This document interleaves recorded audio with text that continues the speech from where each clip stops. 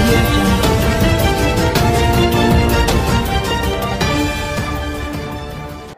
ఇయాల సంగారెడ్డి ప్రజలు బాధపడుతున్నారు. గిటువంటి వారికి మేము ఓట్లేసినామా? గిటువంటి మనిషి మా నాయకుడు అని చెప్పుకుంటే తల వంచుకునేటట్టు చేసిన ఆయన జగ్గారెడ్డి అయితే మచ్చ లేకుండా ప్రజలకు తలలో నాలుకలాగా మెలిగి అందరి కాళ్ళల్లో చేతుల్లో మెదిగినటువంటి మచ్చలేని మనిషి చింతా ప్రభాకర్ కావాలని ఇలా ప్రజలు కోరుకుంటున్నారు. ఒక్క మచ్చ ఉన్నదా ప్రభాకర్ గారి మీద? 4.5 ఏళ్లల్లా ఒక్క చిన్న మచ్చ ఎక్కడైనా ఒక్క మాట ఉన్నదా? ఆయన ప్రజల మధ్య ఉన్న మనిషి. అయ్యా జగ్గారెడ్డి, ఎన్ని స్కాములకు మారుపేరు. చచ్చిపోయిన స్వాతంత్ర సమరయోధుల మీద కూడా అమీన్పూర్లో భూములమ్మి అదే కాంగ్రెస్ ప్రభుత్వం విజిలెన్స్ రిపోర్ట్లో ఒక దొంగగా పేరు పడ్డది ఈ జగ్గారెడ్డి.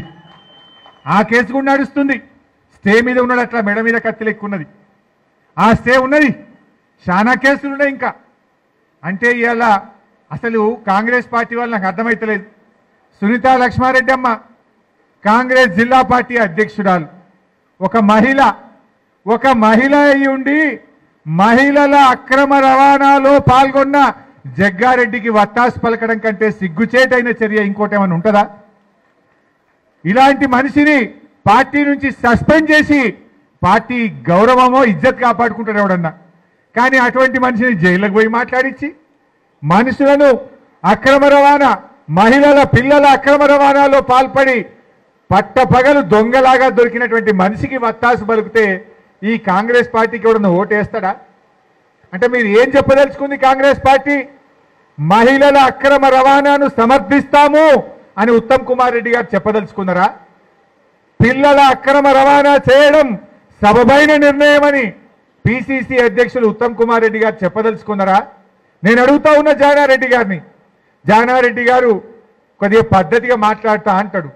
నిజంగా నీకు పద్ధతే ఉంటే మీరు ప్రతిపక్ష నాయకుడిగా నిజంగా మాట మీద మీకుండే సీనియర్ నాయకుడే మీరైతే జానారెడ్డి గారు ఇవాళ సమాధానం చెప్పాలి. మహిళల అక్రమ రవాణాలో పాల్గొన్నటువంటి వ్యక్తిని ఏ రకంగా కాంగ్రెస్ పార్టీ కాపాడుతుంది? ఏ రకంగా కాంగ్రెస్ పార్టీ టికెట్ ఇస్తుంది? ఏ రకంగా కాంగ్రెస్ పార్టీ దీన్ని సమర్థిస్తుందో జానారెడ్డి గారు ఈ రాష్ట్రంలో ఉండేటువంటి మహిళలకు సమాధానం చెప్పాలి. ఈ రాష్ట్రంలో ఉండేటువంటి ప్రజానికానికి కాంగ్రెస్ పార్టీ సమాధానం చెప్పాలని నేను అడుగుతా ఉన్నా. ఇలా మీరు నైతిక విలువలే ఉంటే 100 ఏళ్ల పార్టీ కాంగ్రెస్ పార్టీ అని చెప్తారు. ఏంది మీ పార్టీ ఏం చెప్పదలుచుకున్నది? స్కీమర్లు అక్రమ రవాణా చేసిన వాళ్ళకేనా మీరు టికెట్లు ఇచ్చేది? జైళ్ళలో వడ్డోళ్ళకే టికెట్లు ఇస్తారా? మీకు మనుషులు దొరకలేరా అని నేను అడుగుతా ఉన్నా. ఈరోజు ఇంకా చాలా మంది ఉన్నారు లిస్టులు. ఈరోజు నేను ఒకటే మనవి చేస్తా ఉన్నా, మీరందరూ కూడా ఆలోచన చేయండి. 10 ఏళ్ళు కుడి చేతిలో ఒక ముఖ్యమంత్రి జేబులున్నాడు, ఎడమ చేతిలో ఒక ముఖ్యమంత్రి జేబులున్నాడు అని చెప్పిండు. సంగారెడ్డిలో కనీసం జిల్లా హెడ్ క్వార్టర్స్ 4 లైన్ రోడ్ అని ఉండనావే?